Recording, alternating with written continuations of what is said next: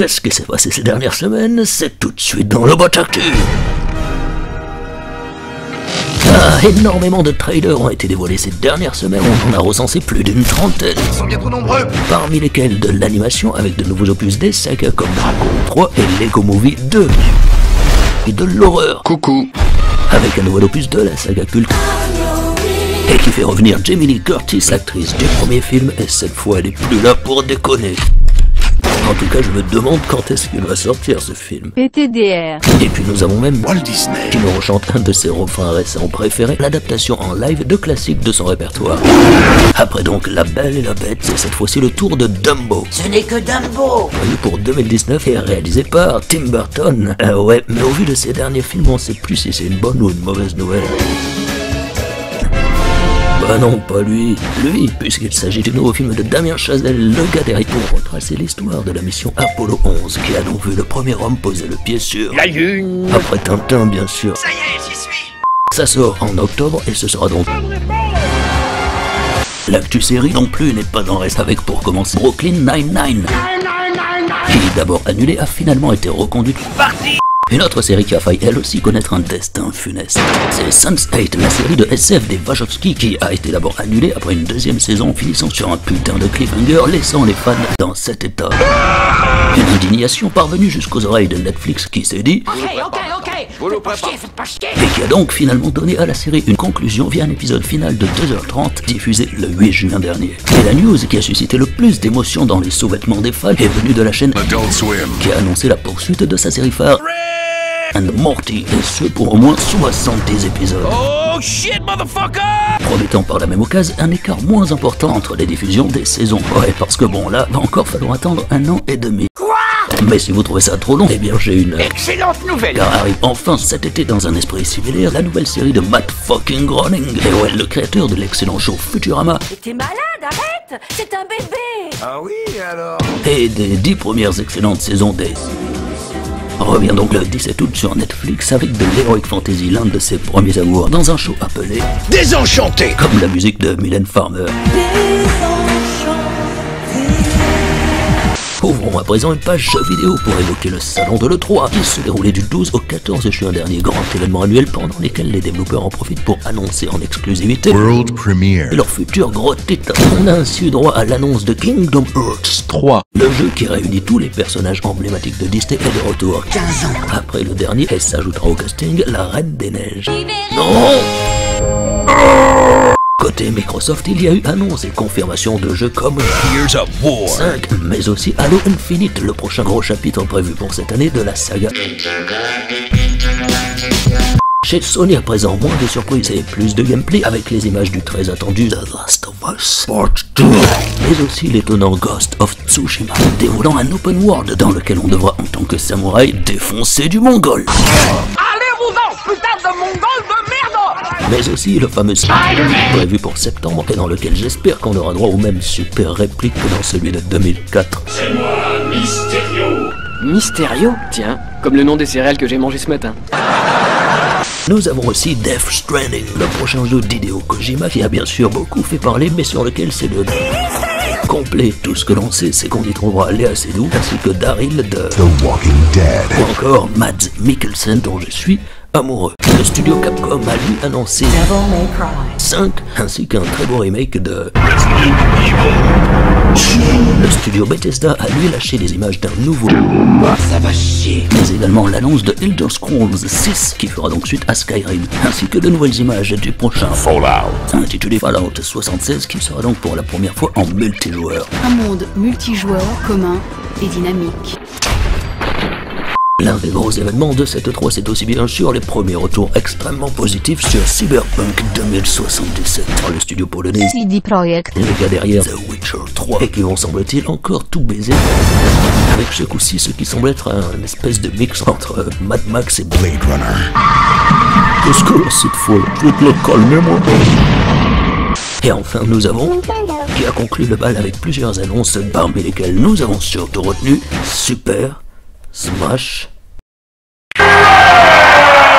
Ultimate, qui arrivera donc en décembre prochain sur Switch et qui comptera sans exception tous les putains de personnages présents depuis le premier jeu. Ils le disent d'ailleurs eux-mêmes dans le trailer, Everyone is here. Et quand ils disent Everyone, ils veulent vraiment dire Everyone.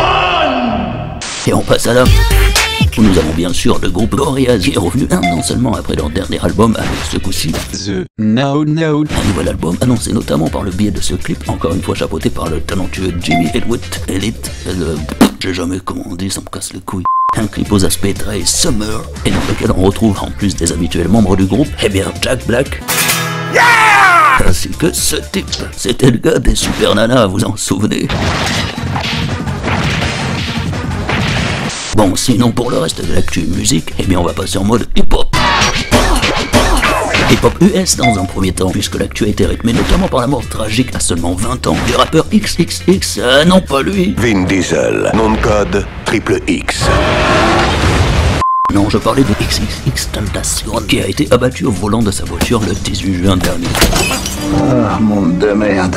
On reste au USA, puisque ces dernières semaines sont sortis de nouveaux disques de pas mal d'artistes majeurs, comme A$AP Rocky, Pusha T, Kanye West, Nas, Pikachu, Young Link, Kanye West and Kid Cudi, et même Drake.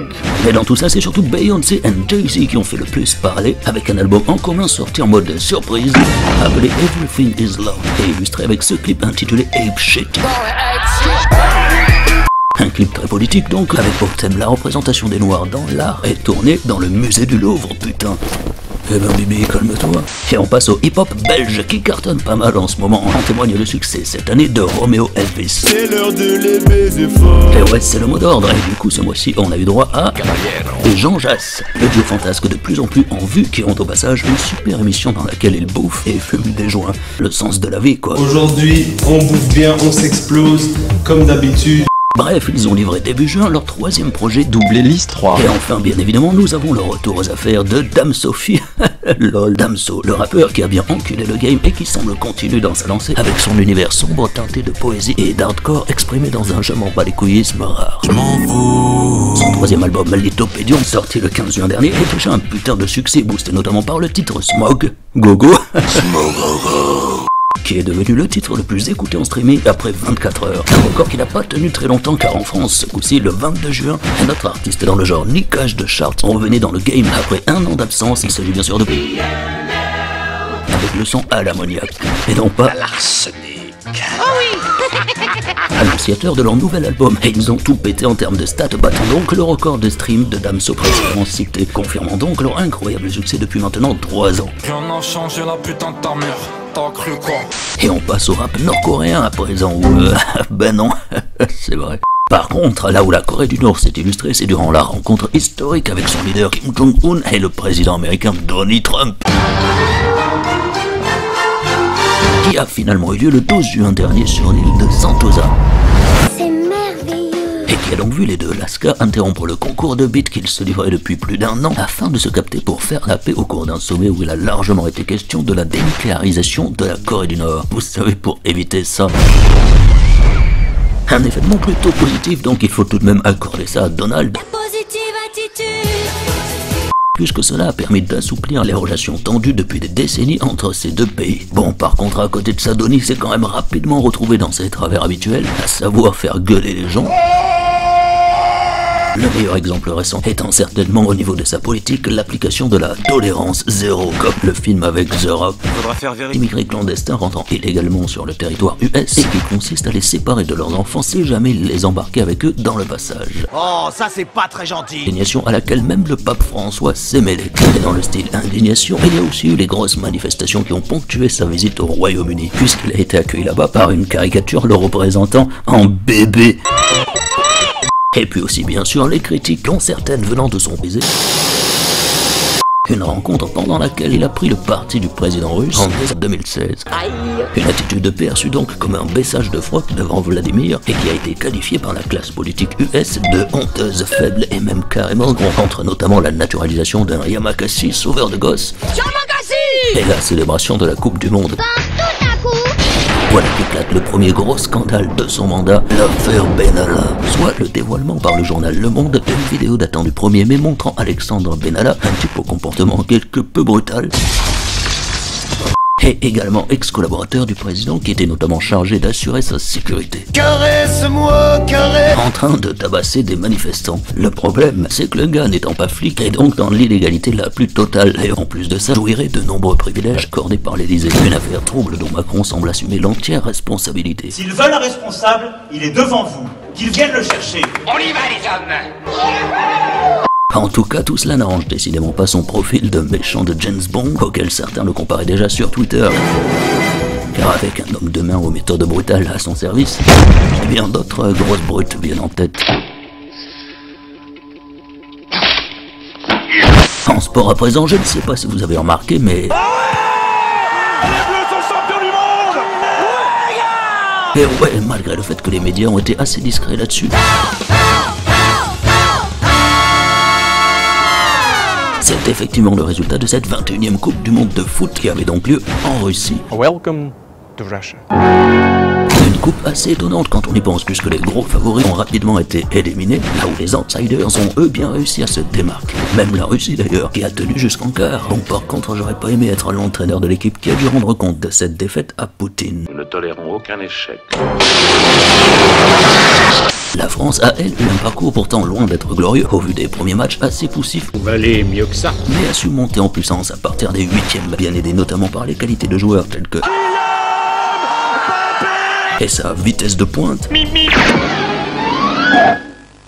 bip, Supersonicus. Mais aussi par le gardien Hugh Laurie. Hugo Lloris, pardon, et ses parades décisives. C'est incroyable. Le gardien des Nupes a réussi un exploit prodigieux. C'est un véritable félin. Mais comment il a pu arrêter ce ballon?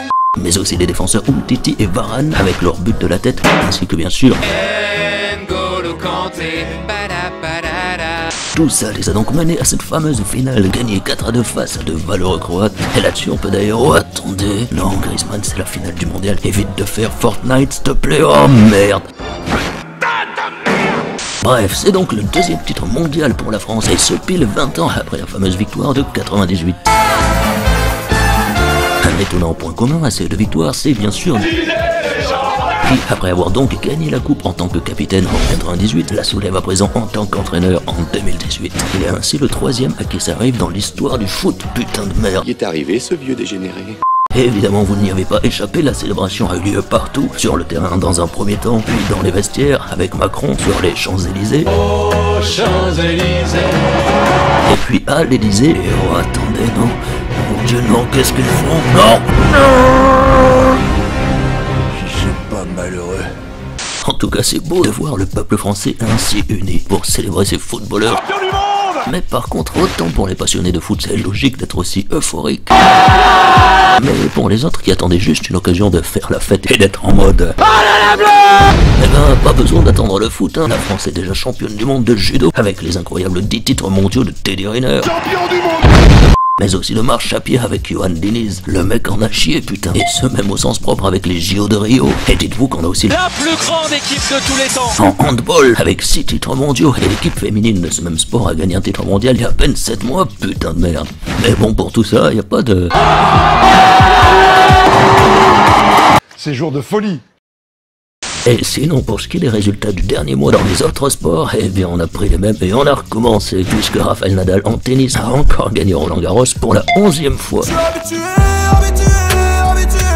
Et l'équipe des... en basket ont eux gagné le titre de NBA pour la seconde année consécutive. Putain, c'est exactement comme l'an dernier. Toujours les mêmes gagnants, j'ai un peu envie de leur dire. Sors de là, que les autres puissent tenter leur chance. Du coup, si vous vouliez un peu de surprise, eh bien il fallait aller la chercher côté rugby, puisque le top 14 a été remporté cette année par l'outsider que personne n'attendait, le Castres Olympique. C'est ça, non, aussi, le Castres Olympique.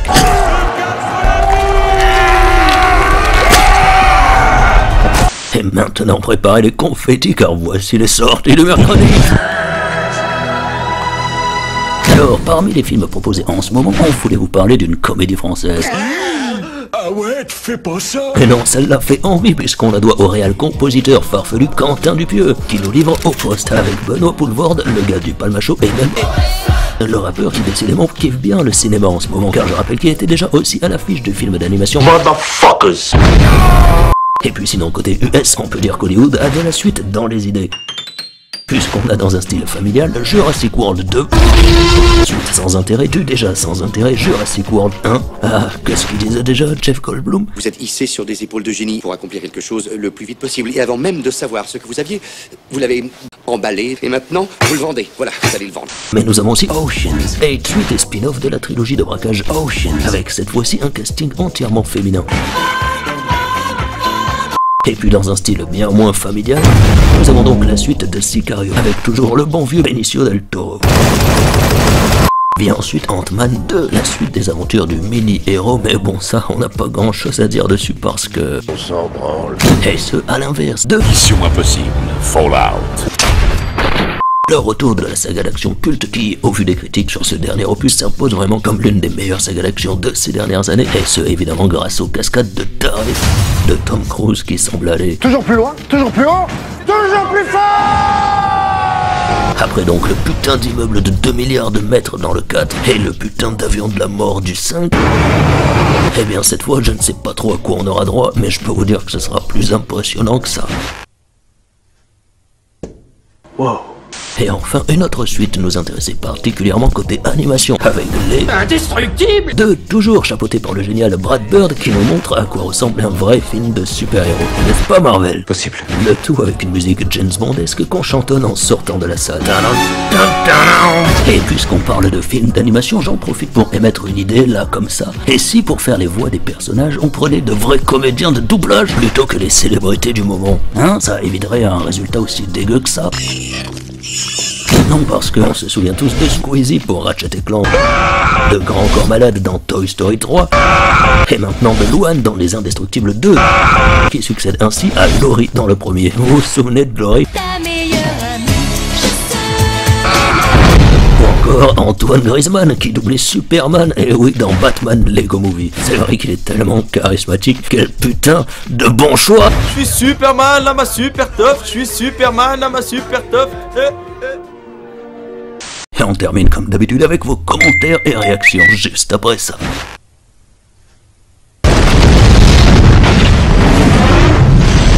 Alors, cette partie sera ce coup-ci notamment consacrée aux gagnants de notre jeu des 100 000 qui, parmi leurs récompenses, avaient la possibilité d'apparaître dans le prochain Botchak 2. Voici donc la dédicace de Ludo. Et ben bravo déjà à tous les participants, et j'aimerais aussi remercier mon cousin Paul pour m'avoir fait découvrir cette chaîne. Paul. Puis ensuite, nous avions Eric qui lui a souhaité qu'on fasse quelques photos de lui. Que voici. Quelle horrible tête! Et enfin, la dernière gagnante, Emma, nous a elle envoyé un magnifique dessin, ce qui me fait penser au passage que vous êtes de plus en plus nombreux à nous en envoyer, et ça nous fait vraiment plaisir. Voici d'ailleurs un superbe diaporama. Et attendez, pourquoi on nous a envoyé ça? Agrandissement 34 à 46. Oh mon Dieu. Et sinon, pour ce qui est de vos commentaires, eh bien, nous avons remarqué qu'assez souvent vous nous dites... T'as oublié de parler du Comic-Con. Eh bien, sachez... Et aussi du Hellfest. Oui, mais alors sachez... Et du super film Marvel. Oui, mais on peut pas parler de tout. Et oui, parfois c'est des oublis, parfois c'est des sacrifices. Mais malheureusement, on ne peut pas tout mentionner dans ces vidéos. Et vous comprendriez cela encore mieux si vous saviez dans quelles conditions pathétiques ces vidéos sont faites. Donc encore désolé pour les fans du Comic-Con, mais aussi du Hellfest ou encore de Marum. Ah non, attendez, ça si on en parle pas, c'est surtout parce que c'est de la grosse merde. Il a fait un gros caca le bruit.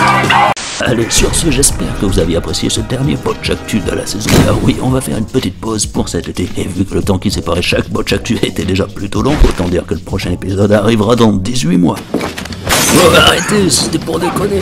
Plus sérieusement, je termine quand même en vous remerciant tous, vous qui nous regardez. Merci également à Antox d'avoir récemment fait un MCA sur nous. Et d'ailleurs, bienvenue à tous les nouveaux arrivants comme toi. PK Antox a recommandé cette merde. Merci également à Fred de nous avoir permis la création d'une bonne bière Botch. Merci aussi à Jimmy Magardo d'avoir sympathiquement intitulé l'une de ses dernières musiques Botch. J'en profite d'ailleurs pour rappeler l'existence de sa magnifique chaîne. Et bien entendu, encore un grand merci à vous tous qui suivez les péripéties merdiques de notre chaîne. Car après tout, c'est vous qui nous donnez de la force là où vous savez pour continuer le combat. Allez, à la prochaine et bon été à tous.